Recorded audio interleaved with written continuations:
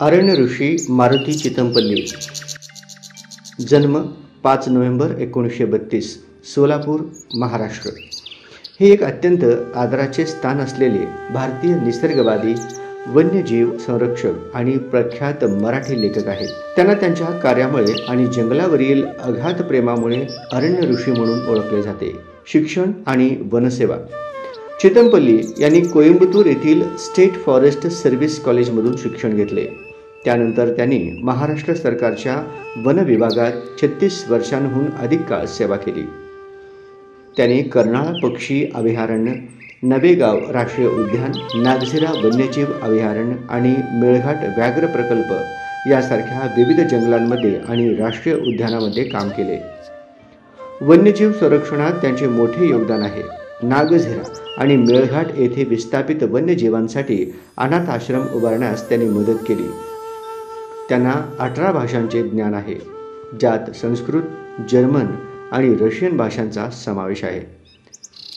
मारुती चितमपल्ली यांचे साहित्य मुख्यतः मराठी भाषेत असून ते वन्यजीव, निसर्ग आणि आदिवासी जीवनावर केंद्रित आहे. त्यांच्या अनुभवामधून आणि सखोल अभ्यासातून त्यांनी मराठी साहित्यात एक अद्वितीय स्थान निर्माण केले आहे. त्यांची लेखनशैली ओजस्वी आणि माहितीपूर्ण आहे, जी वैज्ञानिक ज्ञानाला सर्जनशील कथेशी जोडते. त्यांच्या लेखनात वन्यजीवांचे वर्तन, वनस्पती, पक्षी आणि जंगलांशी संबंधित रहस्य यांचा समावेश आहे.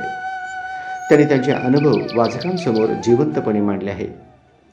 पक्षी विज्ञान आणि वन्यजीवनाशी संबंधित अनेक नवीन शब्द आणि संज्ञा त्यांनी मराठी भाषेत आणल्या आहेत. अनेक पक्षी शास्त्रीय संकल्पनांना त्यांनी मराठीत नावे दिली आहेत. त्यांची चकवा चांदणं ही आत्मकथा खूप प्रसिद्ध आहे. काही प्रमुख साहित्यकृती याप्रमाणे: नीलबंती, जंगलाचं देणं, घरट्या पलीकडे, रातबा, रानवाटा, प्राणीकोश, पक्षीकोश, सुवर्ण गरुड, निसर्ग वाचन, शब्दांचे धन, मृग पक्षीशास्त्र, केशराचा पाऊस, आनंददायी बगळे. पुरस्कार आणि सन्मान याप्रमाणे: जानेवारी 2025 मध्ये त्यांना भारताचा 4था सर्वोच्च नागरिक पुरस्कार पद्मश्री प्रदान करण्यात आला. 2017 मध्ये त्यांना महाराष्ट्र सरकारद्वारे विंदा करंदीकर स्मृती जीवन गौरव पुरस्कारानं सन्मानित करण्यात आले. 2006 मध्ये सोलापूर येथे झालेल्या मराठी साहित्य संमेलनाचे त्यांनी अध्यक्षपद भूषवले होते. मारुती चितमपल्ली यांनी आपल्या लेखनातून महाराष्ट्रातील जंगलांना एक ज्ञानवर्धक वर्ग आणि कविता बनवली आहे. त्यांचे कार्य निसर्गाबद्दलचे त्यांचे अथांग प्रेम आणि त्याच्या संरक्षणाची त्यांची वचनबद्धता दर्शवते. स्वरांजली न्यूज, सोलापूर.